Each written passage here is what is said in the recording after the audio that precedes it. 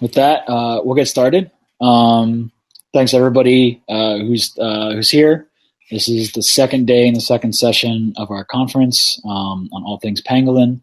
We're talking to Ade today, who's joining us from Singapore, and he'll give his intro in just a second. Just some quick housekeeping.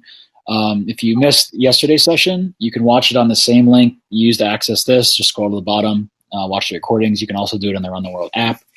As a quick reminder, after each session, we're actually running a giveaway on Animalia's Instagram story. So there'll be 3 trivia questions generated from the conference.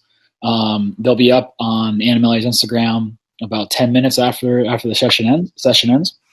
And everybody who answers all 3 correctly, you'll be eligible for a drawing to win some of our free pangolin hat, which we sent links around to, or the Save Pangolins mug, some other prizes as well. So all you got to do is go to the Instagram right after the session, answer the 3 questions, and you might win some free pangolin swag.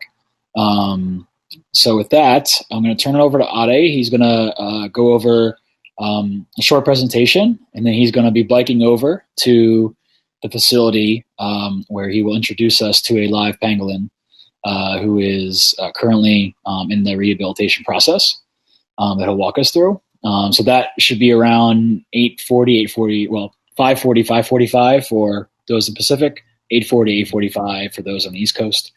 So with that, I will turn it over to Ade to introduce himself, carry us through the slides, and then I'll come back on when he's biking over to the facility to put up a countdown clock until he's with the live pangolin. All right, Ade, it's all yours. All right. Hello everyone. Thanks for joining in. My name is Ade. I'm from Wildlife Reserve Singapore. Wildlife Reserve Singapore is an organization that manages 4 parks here, 4 zoos in Singapore. Let me just turn on the slide first.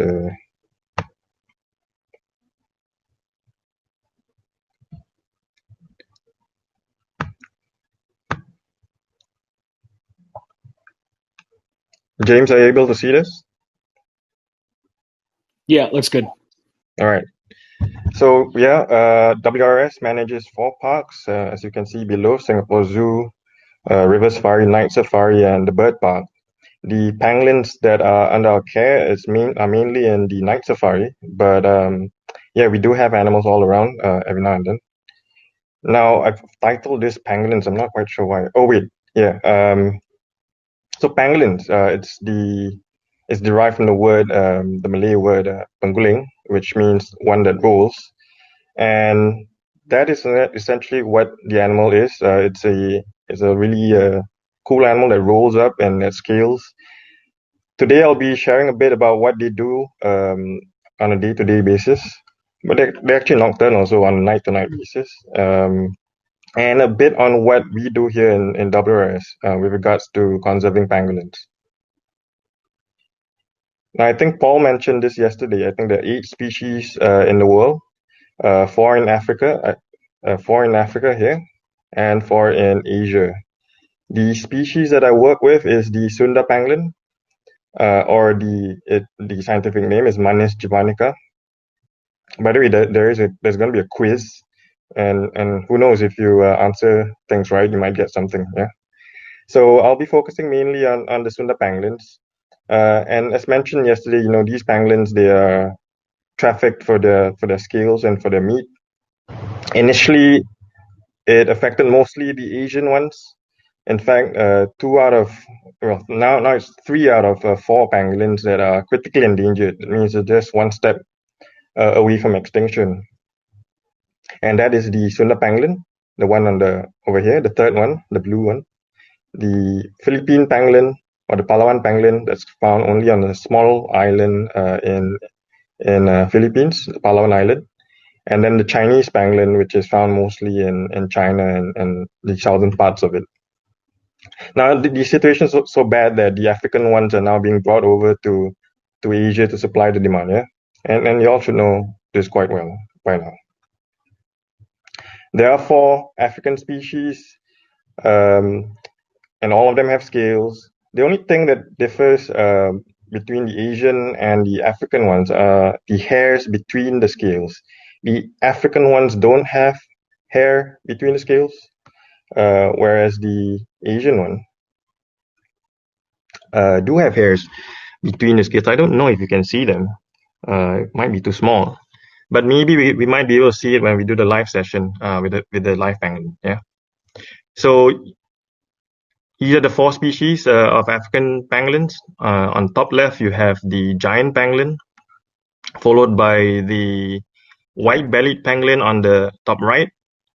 Bottom left, it's the ground pangolin or the Cape pangolin. And then bottom right is the black-bellied pangolin or the long-tailed pangolin, which is, I think, by far the coolest pangolin, even though I'm not working with them. Now, onto the Asian pangolins, you have the Sunda pangolin on the top left. And clockwise is the Chinese pangolin, this stumpy-looking one on the top right, followed by the Palawan pangolin, which is sort of like a new species actually. Previously was clustered with the Sunda pangolin, but then a couple of years back they've distinguished it to be a different species. So they're the latest species of pangolins, you could say. And then the bottom left is the Indian pangolin. Now you can sort of tell that although they look sort of similar, their proportions are slightly different. The ground-dwelling pangolins, they tend to have a shorter tail to body ratio. And you can sort of tell which ones are the ground pangolins, yeah? It's the Chinese pangolin and the Indian pangolin for the Asian ones. And then for the African ones, it's the ground pangolin, well, obviously it's called ground pangolin, and the Cape pangolin, yeah? Sorry, giant pangolin and the Cape pangolin. Now I'm going to have a quick quiz. James, are you able to set up the poll? Yeah, I'll set it up right now. Yeah. So take a look at this picture.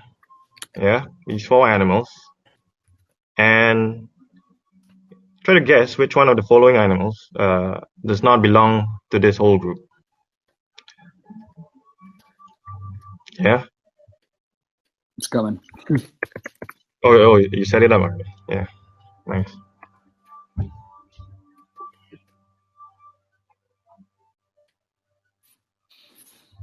All right.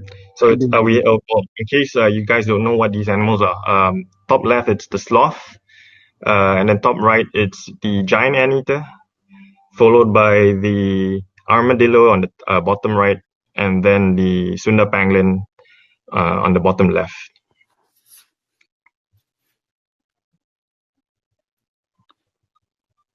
So we have about 50% vote for sloth. Okay. 25% for pangolin, 19% for anteater, and then 11% for armadillo. Is that everyone? I think that's everyone, right? That's about everybody, yeah. Yeah. Well, the answer is pangolins. So the sloth and the anteater and the armadillo, they actually they belong to a single group, you could say. They're more closely related to each other than to the pangolins. And as you have heard from Paul yesterday, the pangolins, let me move on to the next slide. The pangolins are not related to anteaters at all. They don't even show up on this little phylogeny map, you could say. They're more related to the carnivorans, your cats and your dogs, essentially,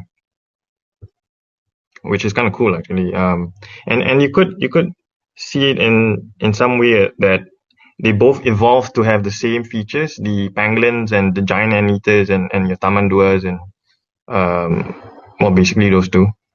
And even though they evolved separately on different continents, obviously the anteaters are found in the Americas, yeah. But they evolved to have the same features, even though they evolved separately, yeah. So they both eat the same things, ants and termites, and they both have that sort of look to them, and they both eat ants and termites, yeah. Anyway, I said that before. They both have long sticky tongues, yeah. So I'm just going to cover briefly what pangolins are like and what they do in a given day. Now this is a Sunda pangolin. This is one of our pangolins here in night safari. To sum it up, pangolins are pretty shy animals. They're not aggressive in any way. They don't really go for people. They don't attack people. They don't even have teeth, you know. The way they eat food is with a long sticky tongue, and I'll show you shortly how that looks like. What else? They're shy and they don't vocalize at all. You know, they don't have any vocal cords, not to my knowledge. At best, they have this huffing sound. This like kind of like when you're exhaling really loudly. Aside from that, they're pretty shy, like I said. Now, number two, they sleep a lot. They sleep, and you might be surprised. They sleep like 22 hours a day. You know, but this is all based on the Sunda pangolins. Now they sleep 22 hours a day, and they're more or less active for about 2-3 hours a night. And when they wake up, well, we could do basically they sleep, they wake up, they eat, and then that's it. And aside from that, they're solitary animals. So you won't see them being gregarious and having, you know, like a lot of pangolins hanging around together. The only time they meet another pangolin is when they want to mate, or when they have a baby of their own. Yeah. Now the picture before was a pangolin sleeping, but in this picture they're not sleeping. These pangolins are, I think they were taken from they were rescued, and they still maintain that shape. This is one of the defensive positions where they roll up into a ball. So yeah, they do that when they sleep, and they do that when they're afraid. Yeah, essentially, which makes them quite easy for them to be picked up by poachers or by anyone. Yeah. Now, pangolins they sleep in burrows essentially. For the ground-dwelling pangolins, they can dig their own burrows. This here is a Chinese pangolin, not a Sunda pangolin. They can sleep in burrows, naturally made burrows, or they can make their own. The Sunda pangolins, or the arboreal ones, they can sleep in trees, but that's quite rare in some cases to get, you know, good pictures of that. But they can sleep in trees as well. This is another burrow. Now, by the way, the difference between oh wait, I'll talk about that later. Let me show you a picture of what they eat. Now, this is the video. I don't know if you can see it. Now, this is one of our Sunda pangolins. It's eating weaver ants. Yeah, this is one of the common ant species here in Singapore and Asia in general. They are arboreal species. That means they build nests in the trees, and the Sunda pangolins are more than capable of climbing up and going for the nest. So they make these very elaborate nests, you know, by weaving leaves together, and then they can pack a pretty nasty bite as well. Yeah, but these guys are a bit sleepy. We put them in the fridge for this guy to sort of learn how to eat weaver ants, because this was his first time eating weaver ants.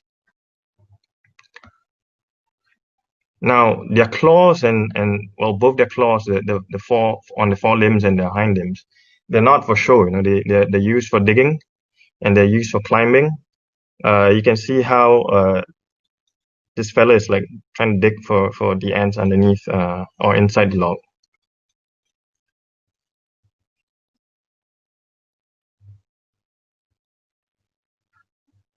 Let me play that again. Now this guy is pretty much still a pup. He's quite young. He's a juvenile.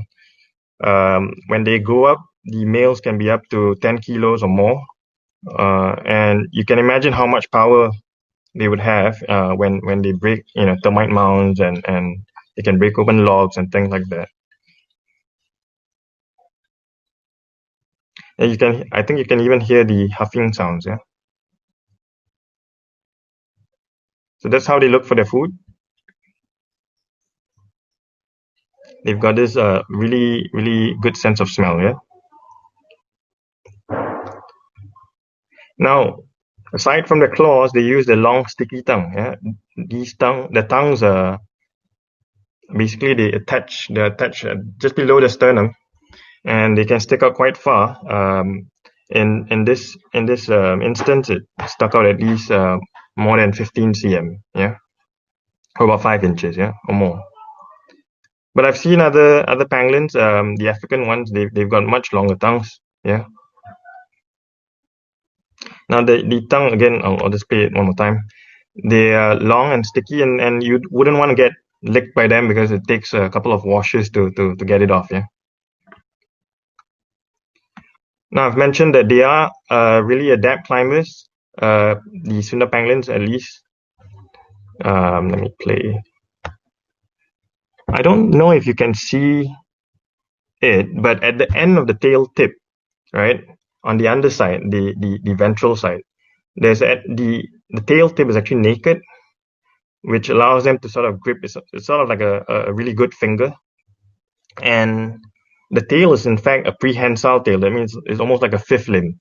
I don't have a good video where they're clinging onto a branch just by the tail, but they can do that. Yeah? They can hang by their tail. And only the arboreal species have that naked tail tip. The ground-dwelling ones have a tail tip that's covered with a scale. So you can imagine it's kind of like a rock climber with a really good grip at the end of their tail, if they had a tail. I know. Now, Paul also mentioned that pangolins, they give birth to live young. By the way, they're mammals. Yeah, they produce heat, they produce milk, and they have hair. Actually, I think you can see the little hairs underneath the pangolin. So they give birth to live young. They kind of look like almost like a gecko. This was on the day itself, on the day of birth. Uh, we do have pangolins here in Night Safari, like I mentioned, and we have bred them. And this is kind of how they look like. The mom doesn't seem to be doing much because I think she spent the whole night just trying to give birth to her, to this baby, and she was kind of tuckered out.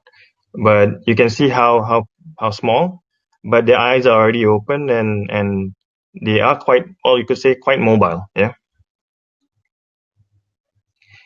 Like I mentioned, they are mammals. This year, this pangolin is trying to suckle. The mom's head is here on the top left, and the nipple is just underneath the armpit, you could say. Yeah. And before long, they're gonna get big. This was a 2 months old pangolin, about two and a half months. They get pretty mobile. They do initially cling onto their mom via the tail, but as the mom stops, what they do is they start exploring, and before you know it, they start exploring a bit too far from their parents or from their mom, and they become independent. Yeah. When it comes to when it comes to rearing the baby, only the mom plays a part in this. Um, the male pangolins don't play any part in this. Yeah.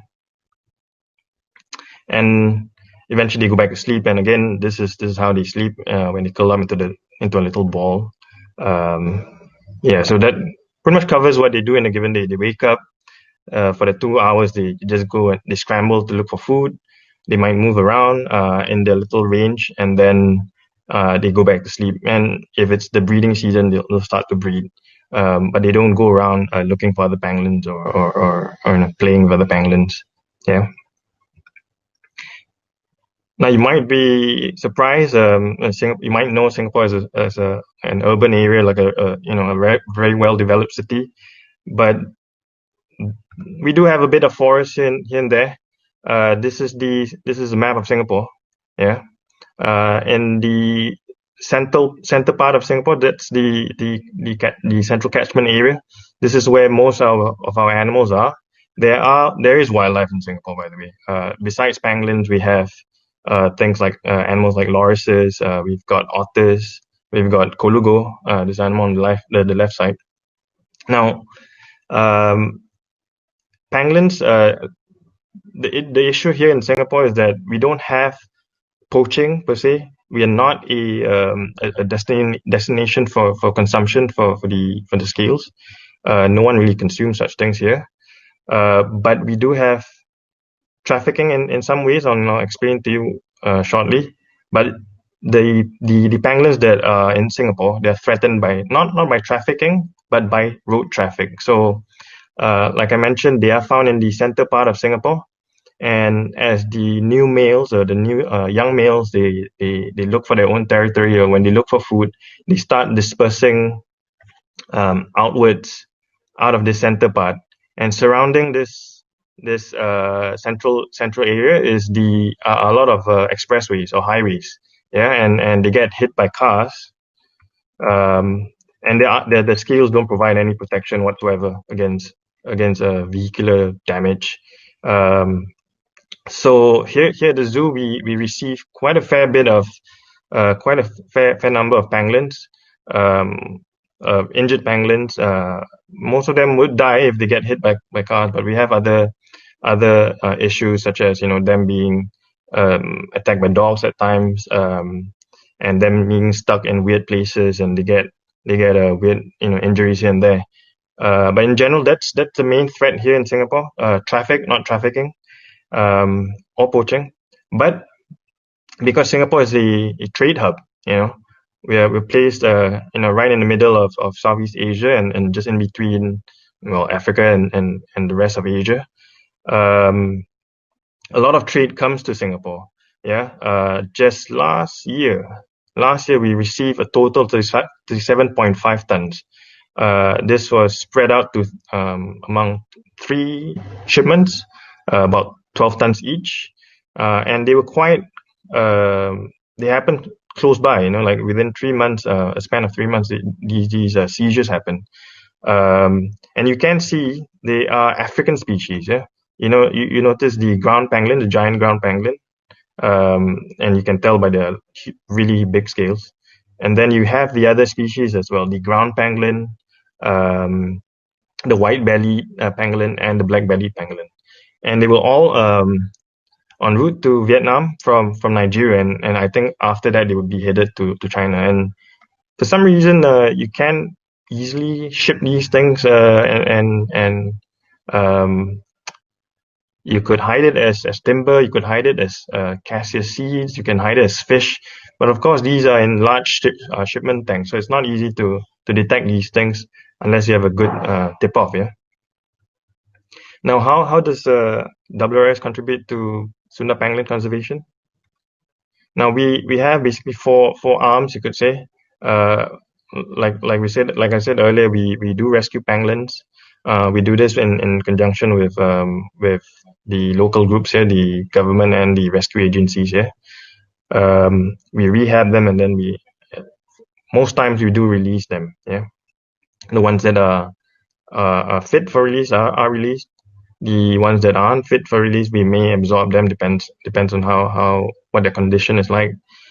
Because we've kept them for a while now. We've had them since 2008. We have done lots of research on them, on how to care for them, and how to basically how to care for them. Now, pangolins, they're not exactly easy to keep in captivity. In fact, very few zoos do have them. Yeah. Now, aside from that, we do a lot of a fair bit of education and outreach, and also zoos have this. They're well placed to do partnerships with other agencies, other entities, both local and international. In fact, Save Pangolins is one of them. Yeah. I'm going to share with you a story about one of the pangolins that we rescued. This pangolin here. No, his name is Sandshrew, and you might know him, or you might know that name if you played Pokemon, I guess. Not that I do play Pokemon. There's a similar animal, a similar Pokemon by the name of Sandshrew as well.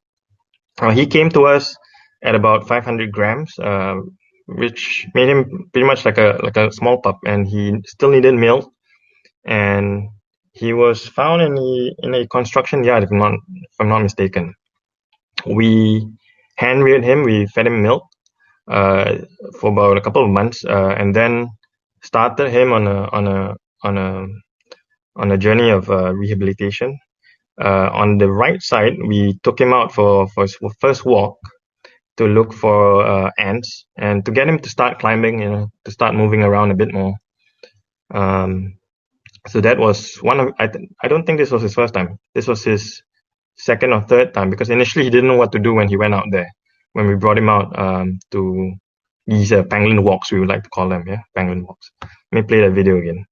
So again, this is the weaver ants, the ones that the ants that he's licking right now. Yeah, and they're found up high up in the trees.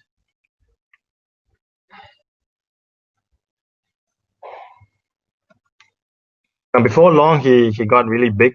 He started out at about 500 grams, and this is him at about 6.5 kg. Yeah, 6.5 kg. Yeah. And he was pretty much ready for release. Well, we tried our best to rehab him, get him ready behaviorally, and trying to get him to know the different types of food that he could eat. We then brought him out to the nature reserve, and we built a little enclosure for him, sort of like a place to acclimatize, so for him to get used to the environment, the weather, both the cold and the hot seasons. And at the same time, we wanted him to be a bit less humanized, you could say. Yeah, we didn't want him to start approaching people. So by isolating him in this place, we hope to make him less friendly to people. And he did. Eventually, he sort of got a bit defensive when we came. He just curled up in a ball whenever we came. So that was a good thing.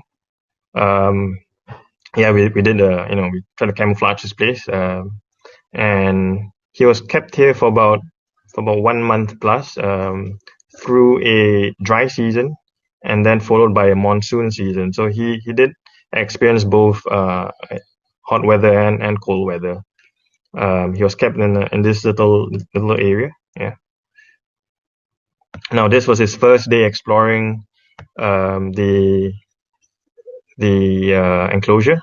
Yeah. Now there's a reason why we didn't just release him just like that. Unlike other adult pangolins that we might receive, who would know how to look after themselves.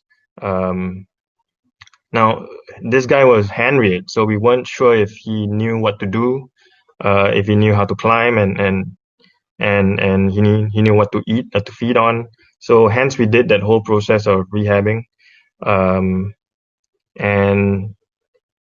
aside from that, we also wanted to monitor him. Yeah, because you want to know whether this whole process was successful. We do want to learn from each attempt of rehabbing our animals. So we placed a radio tracker on the one of the scales near his tail. Pangolins, by the way, are notoriously difficult to track, especially the ones that are arboreal and the ones in forested areas. Mainly because they're pretty cryptic animals, and they start burrowing underneath the ground, and the landscape is just hostile to tracking animals that are way underground. And two, what do I want to say? Yeah, they don't really have a neck, so you can't put like a collar around them. So scales they're not impervious to damage. They can break off, and they don't grow back. And when they break off, obviously the tags would fall off as well. And they're quite easy to fall off. Yeah, and we haven't had really good success rates with tracking pangolins in general. And oh yeah, you can see the hairs underneath the scales. They're kind of like fishing lines, you could say, but the hairs underneath the bellies are a bit more fuzzy, you could say. Yeah. Now he was kept there about 1 month, and before, I think within 5 days, he moved around in the enclosure so much that the tag came off, or almost came off. The adhesives just gave away. So we had to reinforce it again, and with some dental glue and things like that to keep it in place. Now this was I think 1 month. No, this was 1 month after that. We released him, and on the day itself, or on the night itself, we started tracking him. We used a thermal camera in this instance, and you can see them walking on all fours. By the way, not all pangolins walk like like dinosaurs, like on the toes, on the hind legs. The Sunda pangolin actually walks on all fours. They can go up and on their toes, on their hind legs, but when they move around, it's generally on all fours. Yeah, so that's a myth. Yeah, that they walk on toes all the time. Um, and yeah, they are mammals. Yeah, you can see that they have that heat signature. Yeah. So this is the landscape, or this is the forest that we released them in. We don't have a lot of primary forests, mostly secondary forests, but there's a lot of undergrowth underneath. Yeah.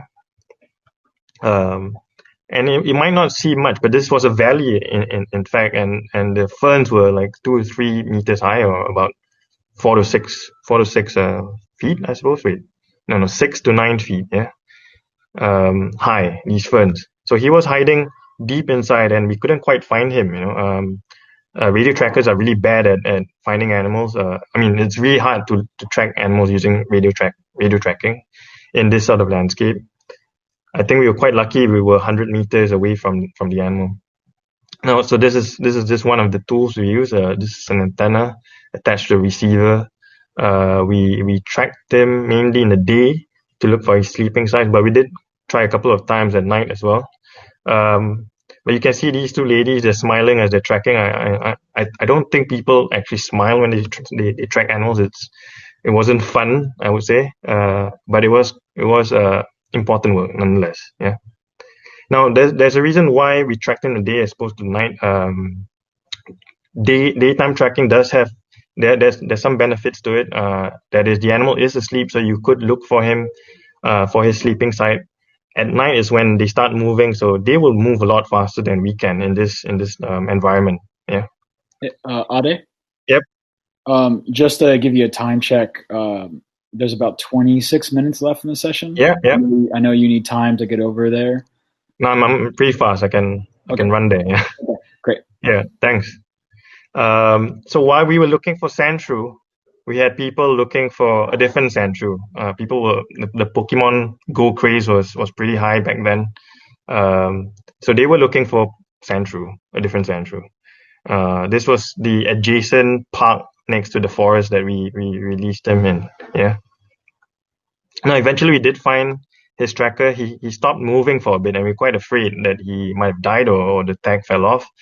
But after 5 days or about a week, we found the tag, and the antenna came off, and we didn't see a carcass or anything. So we assume he did quite okay.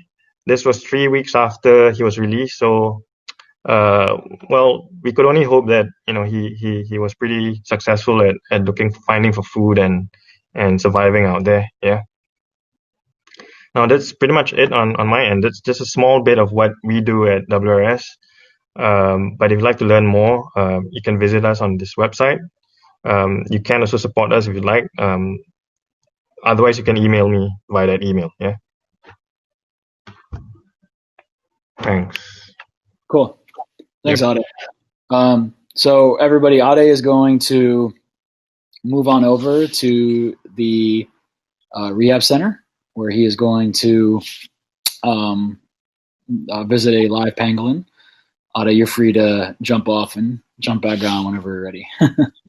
Well, I have to run there. Yeah. Okay. I'll be back. Okay. I'll see you in a All second. right. See you. And then he'll get to everyone's questions if we have time, but I'm sure everyone is eager to see the pangolin. So I'm just going to put up a countdown clock. Ade said it'll be at most 8 minutes. It might be faster. So if everyone wants to take a bathroom break or whatever you want to do, I'm going to put up this clock right here. Everybody can see it.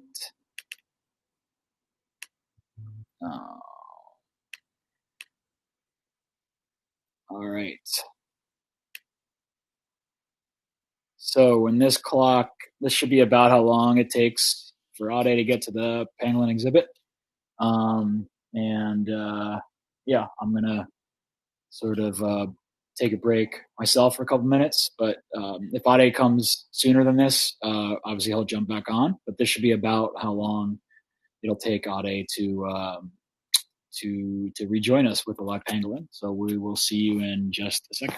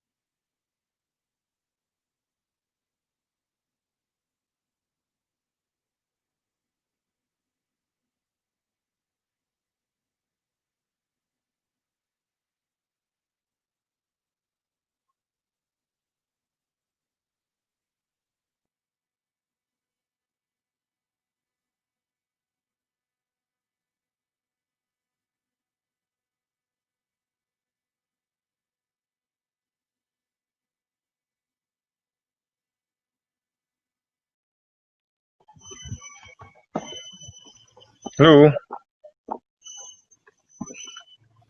Hi.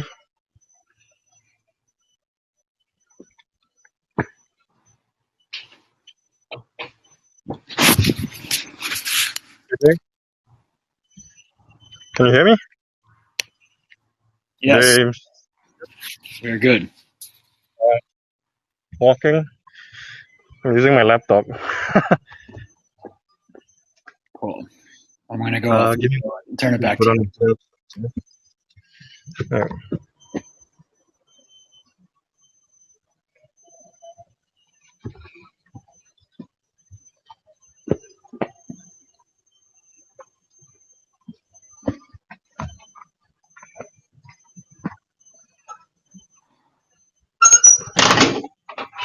Ade, I think we lost you on video. Sorry. Yeah. That was deliberate. Oh, okay. Give me 1 minute. Yeah. 1 minute for you, buddy.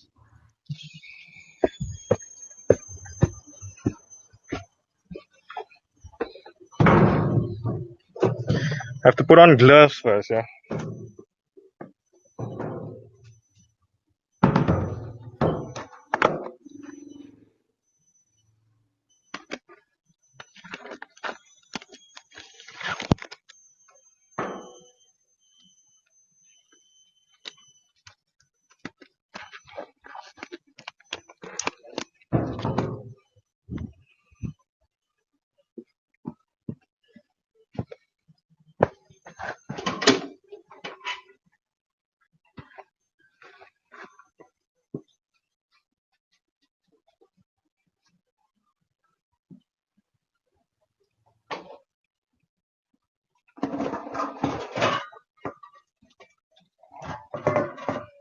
Ade, do you need a couple more minutes?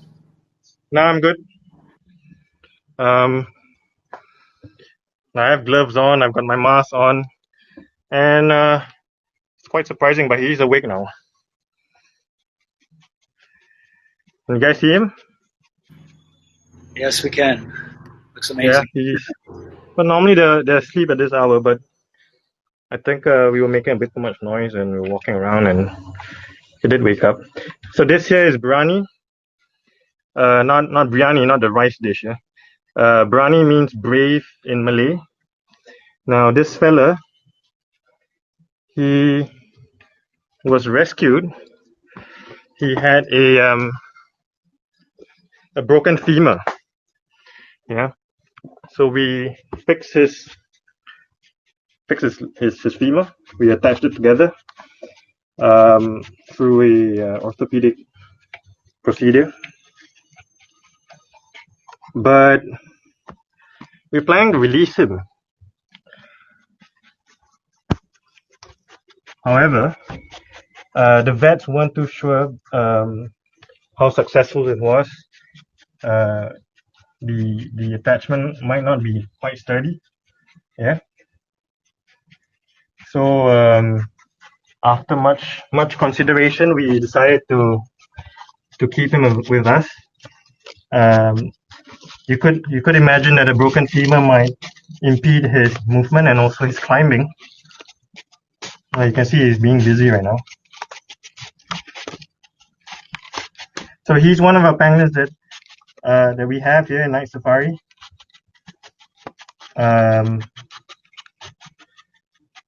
It's a rare instance where we do absorb them into our collection. We only collect, or rather, we only absorb the ones that aren't fit for release. So he's one of them, and yeah, and you can see, or rather, you can hear him making the huffy sounds. That's as much noise as they make. Yeah, look at that. So I'm gonna go out now, and we can do the Q&A session. If you have any questions about Brani, feel free to ask me. Yep.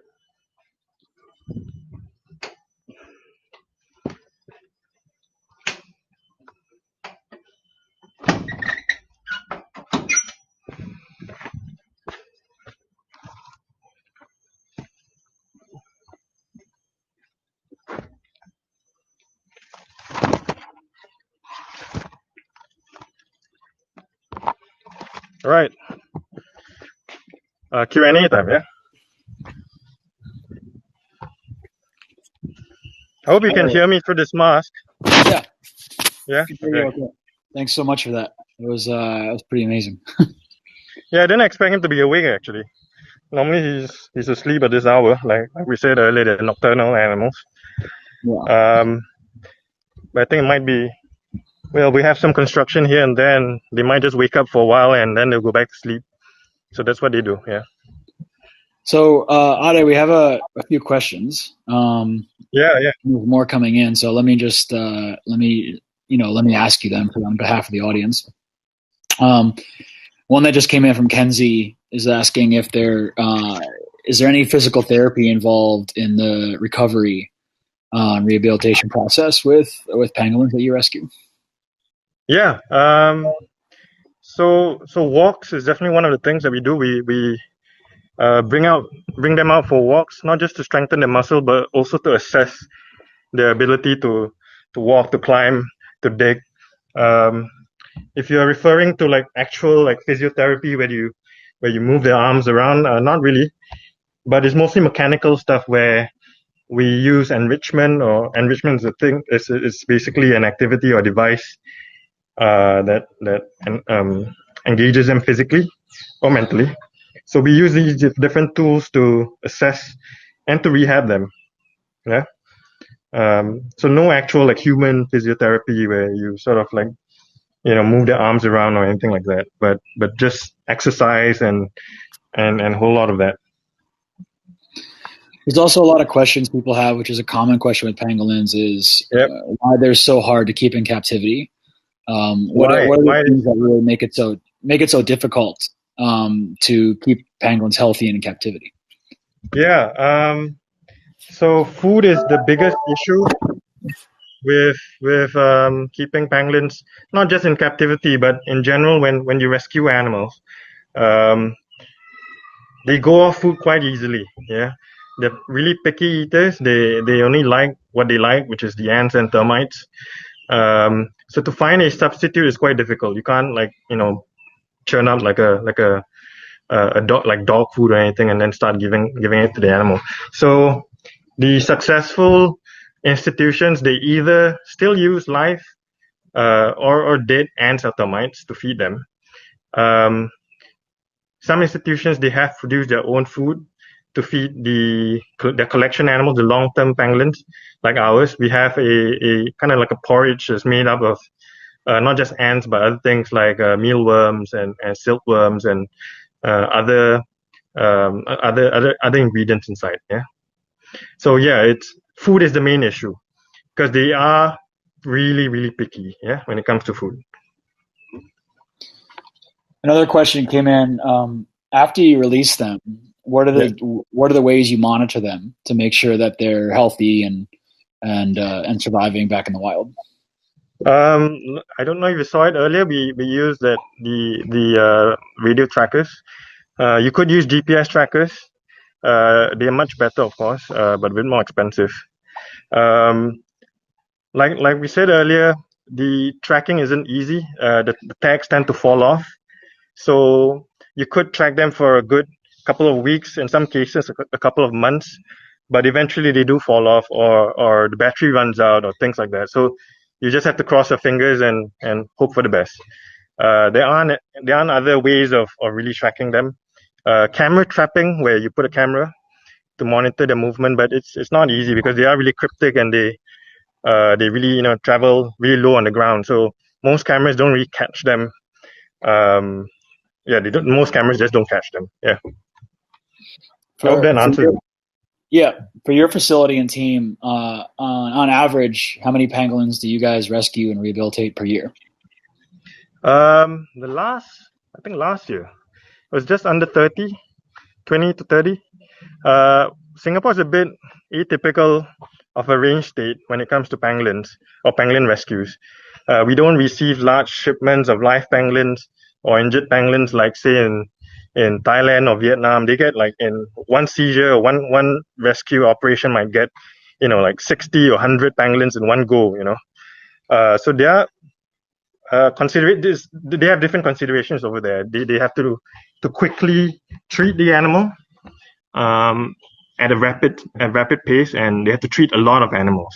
One thing I might add, in Asia, one of the main issues with rescued pangolins, especially from the trade, is that just before they're rescued, poachers tend to gut load them with starch or starch basically, or cornstarch, to increase the weight of the animal, and this really damages the GI, the gastrointestinal system. If they're lucky, they get out of they come out of it alive. So that's one of the main problems with rescued pangolins in Southeast Asia. But like to answer your question, we don't have that many pangolins, about 20 or 30 per year, Yeah. On average, how long, how many years do pangolins live in the wild? If they live a full life? So our pangolins, they're quite new, you could say, still to night safari. To my knowledge, at least with the Chinese pangolins, there has been one that's lived up to 20 years. So we can estimate, in the wild, probably half of that or 3/4 of that. Yeah. Another question came in that says, is it I'm challenging to freezing a lot do? because I'm really warm. Yeah. Is it challenging to do surgical procedures due to their scales when they need any? Yeah, it can be. One of the issues with them having scales is that it's really difficult to X-ray them. The scales sort of overlap with the other parts of the body, so the image isn't quite clear. That may have some implications on diagnosing issues with the animal. But in general, yeah, I could say. Well, I'm not a vet, so I can't really comment on that. But it can be difficult. Depends on what the procedure is. Yeah. And Ade, I think the one piece we missed up front, which I think is always fun to ask our speakers, is if you can recall the moment where you fell in love with the pangolin. Like, what was that? What was that moment like for you? Huh. I generally don't use the love word a lot. I kind of like a lot of animals. Well, I started working with them back in 2008. I was just posted to the section with the pangolins. It didn't come off as really strongly in the beginning, but over the years, I've come to realize that very few zoos that do have them, and if anything, I feel more honored working with them or knowing them rather than loving them per se. But I do like them. They're really nice animals, and and they are active at night mostly, so you don't see them at their best most of the time. Yeah. The question just came in that asked, do the pangolins as they grow shed their scales and regenerate new ones, or No, they don't shed the scales. They're not like snakes. They may shed the hair, but they don't shed the scales at all. It hardens pretty quickly after they're born. You saw the video earlier. They do have scales upon birth. They're kind of soft initially, but other than that, it hardens in a couple of days. And yeah, they're pretty much stuck on there for the rest of their lives. Yeah. And how many pangolins are you guys rehabilitating right now? Is it just the one we saw? Well, that pangolin is not really. I wouldn't consider that as rehabbing, because he's now with our permanent collection. Like I said earlier, that he's not fit for release. But every now and then we'll have one or two at a time. But right now we don't have any pangolins being rehabbed for release. Yeah. David just asked, is the link, although it's not concretely proved yet, is the link with COVID-19 making pangolin conservation in Singapore easier or more difficult, or is it not effective? Oh, okay. Let me think. This is a tough one. Well, neither. I think I don't think it's more difficult or less difficult. It's still not concrete, like you said, or like you and Paul said yesterday. Singapore is pretty good when it comes to collaborations between the various organizations, and we've mentioned this issue like among ourselves, and it hasn't really changed our opinion on how we would approach pangolin conservation in general, or specifically. Yeah. Got it. So nothing hasn't had an impact on it yet. No, not really. No. Got it. But people do ask us, when visitors do come to the zoo and they ask us, oh, do your pangolins have COVID, or are you guys, worried about, getting ill from them? The answer is no. We do screen our animals very regularly. They don't show any symptoms or anything, and we have no reason to believe that they are ill, or we have to be worried in any way. Yeah. There are a couple of folks, by the way, that have asked about, this is just for the audience, the pangolins sort of role in the wild ecosystem. Just so folks know here, we're going to cover that a little bit with Nikki and Lino in one of those sessions this weekend, just so everybody knows. We are coming up on the end of the hour. Ade, thank you so much for joining us. I think incredible to get to see a live pangolin. I hope you guys learned something and enjoyed this session. Now, for those of you listening, right, if you ever come to Singapore, and would like to hear more about pangolins, would like to, if you come and visit the night safari, I'd like you to remember this one phrase, and then you can email me. So this phrase would be,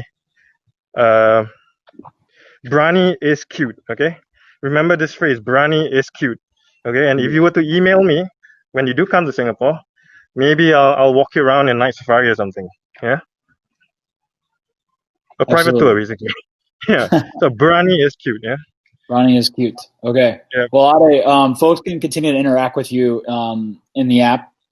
So maybe there's some follow-up questions, but everybody can interact with each other too in the app throughout the week. We'll send around the phrase as well in the recap email tomorrow. So yeah, and tomorrow's session, just so everybody knows, is at 6:30 Pacific, 9:30 Eastern. It's with Christine and Hong, who are going to talk about how they're using marketing and mass media to influence culture in Asia, to stop the use of pangolins for meat and medicine. So that's tomorrow's session with Christina and Hong. Ade, thanks again for taking the time and giving this incredible intimate view of a pangolin going through rehab and all the work you do. Yeah, thanks. Thanks for listening, and thanks everyone for watching this. Keep safe. Keep yourself healthy. Yeah. Yeah, absolutely. Put on your mask. Put on your mask. Yeah. Well, I'm inside my house, so okay. All right. But yeah, and for everybody, we'll have a trivia from Ade's talk on Animalia's Instagram up in just a few minutes. And again, answer the questions all correctly, you get eligible for a drawing. We're going to do that after every session. And then otherwise, we'll see you tomorrow, and you can continue to check in on the app. Ade's talk will be available on demand. You can go back and see the live pangolin as many times as you want throughout the rest of the week, or share it with friends, or invite friends in if they want to see it too. Cool. All right, Ade. Well, have a good day out there in Singapore. Thanks. Take care. We'll see everybody tomorrow. Yep. See you. All right. Thanks.